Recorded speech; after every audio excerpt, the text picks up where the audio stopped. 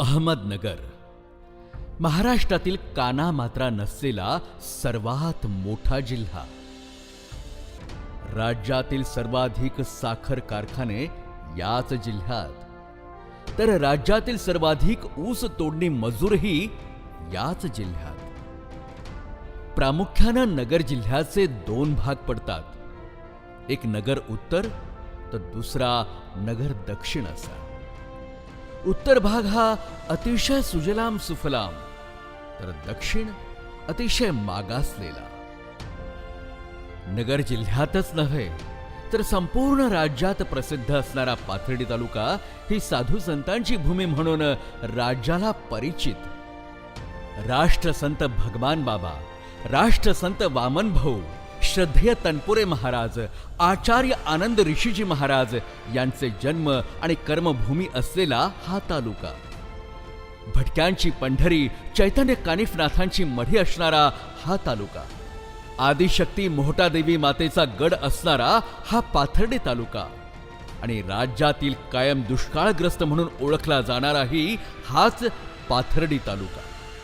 पाथर्डी तालुका म्हटलं की आठवतात इथली प्रामाणिक माणसं, ऊसतोड कामगार, गोरगरीब, दीनदलित, कष्टकरी समाज. कुठलाही पारंपरिक व्यवसाय नसल्यानं फक्त मोलमजुरी, काबाड कष्ट करून आपली उपजीविका भागवणारा डोंगर दऱ्यातला एक फाटका माणूस. अकोला पाथर्डी तालुक्याच्या पूर्व भागातलं एक छोटंसं खेडगाव. सर्व जाती धर्माचे लोक या गावात गुण्या गोविंदानं राहत होते. याच गावात दादाबा ढाकणे हे शेतकरी कुटुंबही राहत होतं. दादाबा आणि ममताबाई यांच्या पोटी 10 नोव्हेंबर रोजी 1937 रोजी संघर्ष योद्धा बबनरावजी ढाकणे साहेब यांचा जन्म झाला. बबनरावजींना 4 बहिणी आणि 4 भाऊ अशी ही 9 भावंड. बबनरावजी हे नवसाचं पोर म्हणून त्यांच्या जन्माची आठवण आजही त्यांचे अनेक नातेवाईक सांगतात. आई ममताबाई यांनी ग्रामदैवत जानपीर बाबास नवस केला आणि त्याच नवसानं बबनरावजींचा जन्म झाला. भगवान बाबा, वामन भाऊ यांचा हयातीत सहवास लाभलेली व्यक्ती म्हणजे ढाकणे साहेब. 4थी पर्यंतचं शिक्षण त्यांनी अकोला गावी घेतलं आणि पुढे ते शिक्षणासाठी पाथर्डीमध्ये आले. पाथर्डीमध्ये माजी आमदार माधवराव निऱ्हाळे यांनी 22 जून 1945 साली हिंद वसतिगृह सुरू केलं होतं आणि त्याच वसतिगृहात 1948 साली वास्तव्यासाठी बबनरावजी ढाकणे साहेब दाखल झाले. हिंद वसतिगृहात राहत असतानाच माजी आमदार माधवराव निऱ्हाळे यांच्यामुळं अनेक थोर नेत्यांचा आणि साहेबांचा जवळनं संबंध येत होता आणि यातनंच साहेबांचं व्यक्तिमत्व घडत गेलं. ढाकणे साहेबांचं बालपण हे हिंद वसतिगृहातच गेलं आणि इथंच निऱ्हाळे साहेबांचंही वास्तव्य असायचं. 15 ऑगस्ट 1947 साली ब्रिटिशांच्या गुलामगिरीतनं बहुतांश भारत स्वतंत्र झाला. तरी देखील भारताचा काही भाग हा फ्रान्स आणि पोर्तुगाल या पाश्चात्य देशांच्या अधिपत्याखाली होता. मे 1955च्या सुरुवातीलाच गोवा मुक्ती लढा सुरू झाला. वयानं लहान असल्यानं सत्याग्रहात सहभागी होता येणार नाही असं ढाकणे साहेबांना सांगण्यात आलं. माझं वय कमी असलं तरीही मी सहभागी होणारच असा हट्ट धरून ढाकणे साहेब गोवा मुक्ती संग्रामात सहभागी झाले.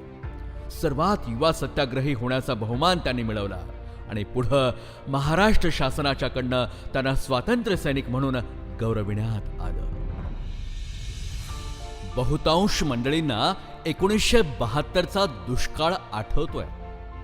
या 72च्या राज्यव्यापी दुष्काळाची सर्वाधिक झळ ही पाथर्डी तालुक्याला बसली. सामान्य जनतेच्या हाताला काम, पोटाला अन्न आणि पिण्याला पाणी मिळणंही मुश्किल झालं होतं. तालुक्यातील जनता ही हवालदिल झाली होती. अशा बिकट आणि अत्यंत गंभीर अशा परिस्थितीत ढाकणे साहेब तालुका पंचायत समितीचे सभापती होते. दुष्काळ निवारणाचं काम ही परमेश्वरानं आपल्याला दिलेली सुवर्ण संधी आहे असं मानून ढाकणे साहेबांनी अविस्मरणीय असं काम केलं. आणि याच दुष्काळामध्ये देशाच्या तत्कालीन पंतप्रधान स्वर्गीय इंदिराजी गांधी यांना आपले जन्मगाव असलेल्या अकोला या ठिकाणी आणून आपल्या गोरगरीब जनतेची अवस्था त्यांनी दर्शविली. ऐन 72च्या दुष्काळात साहेबांनी 50 गावात गावतळी उभारली, 73 पाझर तलाव केले, 81 गावांना जोडणारे शेकडो किलोमीटरचे रस्ते त्यांनी निर्माण केले. घाटशीळ पारगाव आणि वडगाव ही मध्यम प्रकल्प, तर कुत्तरवाडी हा लघु प्रकल्प असे अत्यंत लोकोपयोगी कामं साहेबांनी त्या काळी केली. साहेबांचा राजकीय प्रवास हा अतिशय संघर्षमय असा राहिला. पाथर्डी तालुक्यातला अत्यंत खेडेगावातला युवक देशाच्या सर्वोच्च सभागृहात आपल्या कार्यकर्तृत्वावर आणि जनतेच्या आशीर्वादावर पोहोचतो ही सामान्य गोष्ट नव्हती. 1960 साली अकोला गावच्या एका छोट्याशा सोसायटीच्या माध्यमातून सुरू झालेला राजकीय प्रवास देशाच्या केंद्रीय मंत्रिपदापर्यंत घेऊन गेला. राज्यातील केंद्रातील अनेक महत्वाची पदं साहेबांनी भूषवली. कुठलीही राजकीय पार्श्वभूमी नसताना शेतकरी कुटुंबात जन्म घेतलेल्या ढाकणे साहेबांनी सेवा सोसायटीचे अध्यक्ष, पंचायत समिती सभापती, 4 वेळेस आमदार, राज्यमंत्री, कॅबिनेट मंत्री, विरोधी पक्षनेता, विधानसभा उपसभापती, खासदार, केंद्रीय मंत्री असा नेत्रदीपक राजकीय प्रवास केला.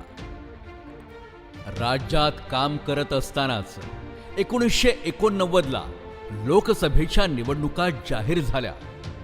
बीड लोकसभा मतदारसंघातील विविध राजकीय पक्षांचे आजी माजी पदाधिकारी एकत्रित आले आणि त्यांनी एकत्रित येऊन ढाकणे साहेबांना विनंती केली की आपण बीडमधनं लोकसभा लढवावी. बीड जिल्ह्यात दिग्गज नेत्या केशरकाकू क्षीरसागर यांचं मोठं प्रस्थ होतं. ढाकणे साहेबांनी सर्वांची मतं जाणून घेत बीडमधून लोकसभा लढवण्याचा निर्णय घेतला. केशरकाकू क्षीरसागर या प्रतिस्पर्धी उमेदवार होत्या. जनतेच्या प्रेमामुळे दुसऱ्या जिल्ह्यात जाऊन केशरकाकूंचा पराभव करत ढाकणे साहेब खासदार झाले. 21 नोव्हेंबर 1990ला ढाकणे साहेब केंद्रीय ऊर्जा मंत्री झाले. अल्पावधीतच साहेबांनी अनेक जनहिताची कामं करून ते लोकप्रिय नेते झाले. बोधेगावच्या माळ रानावरती केदारेश्वर सहकारी साखर कारखान्याची त्यांनी निर्मिती केली. हजारो कुटुंबाला रोजगार मिळवून देण्याचं काम साहेबांच्या हातात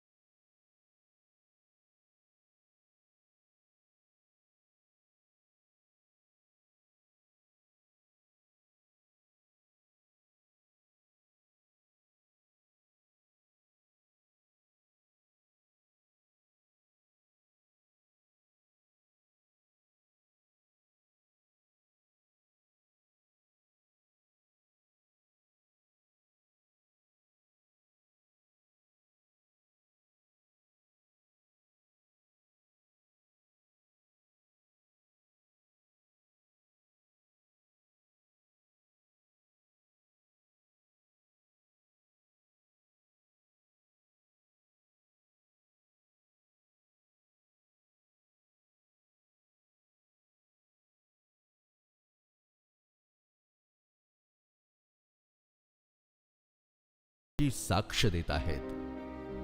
वयाच्या 62व्या वर्षी सारं काही अनुकूल असताना यापुढं मी कुठलीही सार्वजनिक निवडणूक लढवणार नाही किंवा निवडणुकीत सक्रिय सहभाग देखील घेणार नाही, ही भूमिका साहेबांनी घेतली. भावी पिढीतील तरुणांना समाजकारणात, राजकारणात वाव देण्याच्या हेतूनं सक्रिय राजकारणातनं बाजूला झाल्यानंतर साहेब कुठल्याही राजकीय निवडणुकीत, सभेत आयुष्याच्या अखेरच्या श्वासापर्यंत सहभागी झाले नाहीत. आज अनेक राजकारणी राजकारणातनं बाजूला होताना आपल्या मुलाबाळांची योग्य अशी सोय करताना दिसतात. मात्र साहेबांनी निश्चितपणे आयुष्यभर एक वेगळा विचार जोपासण्याचं काम केलं. प्रताप काकांनी विधानसभेच्या 3 निवडणुका लढवल्या. 3ही वेळेस अल्पमतानं त्यांना पराभव पत्करावा लागला. त्यांच्या निवडणुकांच्या वेळी एक पिता, एक वडील म्हणून ढाकणे साहेबांचा त्यांना आशीर्वाद होताच, मात्र सहभाग मुळीच नव्हता. कारण होतं ढाकणे साहेबांची तत्वनिष्ठता. आयुष्यभर सामाजिक आणि राजकीय जीवन कार्यात प्रस्थापित घराणेशाहीच्या विरोधात त्यांनी संघर्ष उभा केला होता. प्रतापनंही माझा मुलगा एक प्रस्थापिताचा मुलगा म्हणून निवडून येऊ नये, तर लोकांच्या आणि पक्षाच्या विश्वासाला पात्र राहून निवडून यावं अशी तत्वनिष्ठ भूमिका घेऊन ढाकणे साहेब प्रताप काकांच्या विधानसभा निवडणुकीपासनं अलिप्त राहिले. साहेब नेहमी म्हणायचे, प्रताप माझा मुलगा असला तरीही तो चळवळीतला कार्यकर्ता आहे. मी आयुष्यभर प्रस्थापितांच्या विरोधात संघर्ष केलाय आणि प्रतापलाही तो संघर्ष स्वहिमतीनं आणि गोरगरिबांच्या साथीनं करायचा आहे.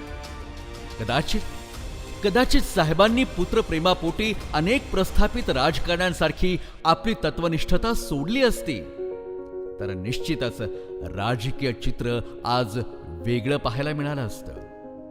साहेबांच्या पावलावर पाऊल ठेवत तोच संघर्षाचा वारसा त्याच हिमतीनं काका चालवत आहेत.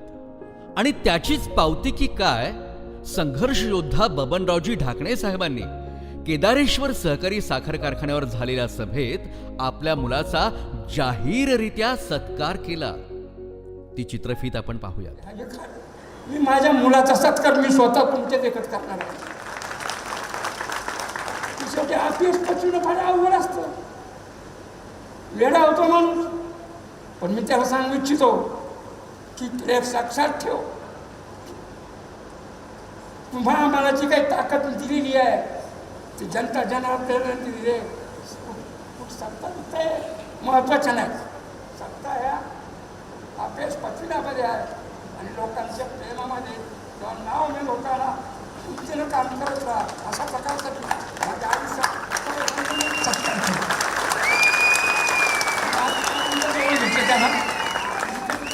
घेतलं नाही, मुलाबाळाला घेतलं नाही आणि घरातल्या घेतल्याने सोयीला धारीला विचारलं. साहेबांनी आपल्या कार्यकर्तृत्वानं एक वेगळी ओळख तर निर्माण केली होतीच. कदाचित साहेबांना आपला अखेरचा क्षणही सोनेरी करावासा वाटला असावा. उपस्थित जनसमुदायाशी बोलत असताना आपल्या माणसांच्या प्रती त्यांनी कृतज्ञताच व्यक्त केली. गावच्या कष्टकरी, शेतकरी, फाटक्या तुटक्या माणसापासनं सुरू झालेला प्रवास हा स्वकर्तृत्वानं, संघर्षानं थेट दिल्लीपर्यंत जाऊन पोहोचला आणि एका संघर्ष योद्ध्याचा संघर्ष अखेर थांबला. बराच वेळ झालेला आहे, आपण आलात. तुम्हाला पाहिल्यानंतर असं वाटतं की मी काहीच, मी शून्य, हे माझं काय, मुठभर माणूस, ना आडवा, मला रुंदी नाही, उंची नाही, ना देखणे पण नाही, मुठभर माणूस मी. पण पळतो इकडं तिकडं. का पळतो? तुमची शक्ती आहे फाटक्या तुटक्यांची.